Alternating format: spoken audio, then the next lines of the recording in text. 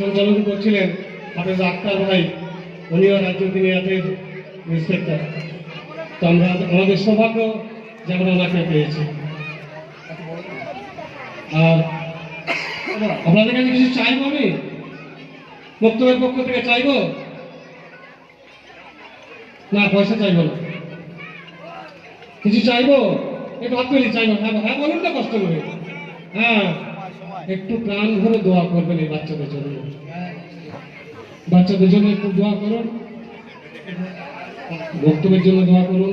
খাস করে আমাদের যারা জিম্মেদার আছে অক্লান্ত পরিশ্রম করে, এই জিম্মেদারদের জন্য দোয়া করবেন। আল্লাহ তাআলা কাল কিয়ামতের ময়দানে সকলকে নূরের টুপি পরা, নূরের, সূর্যের থেকে আলো, সূর্যের আলো কালো হয়ে যাবে এরকম নূরের টুপি পরাবে এই জান্নাতবাসীদেরকে। আল্লাহ তাআলা হিফজ করিয়েছেন, হাফেজ হয়ে মরানো হয়েছে এবং দিন দিয়ে কাজ করছে।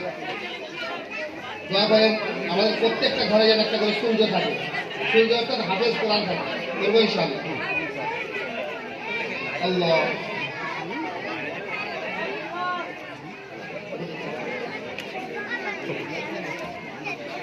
এনাকে একটি পুরস্কারও দেওয়া হচ্ছে।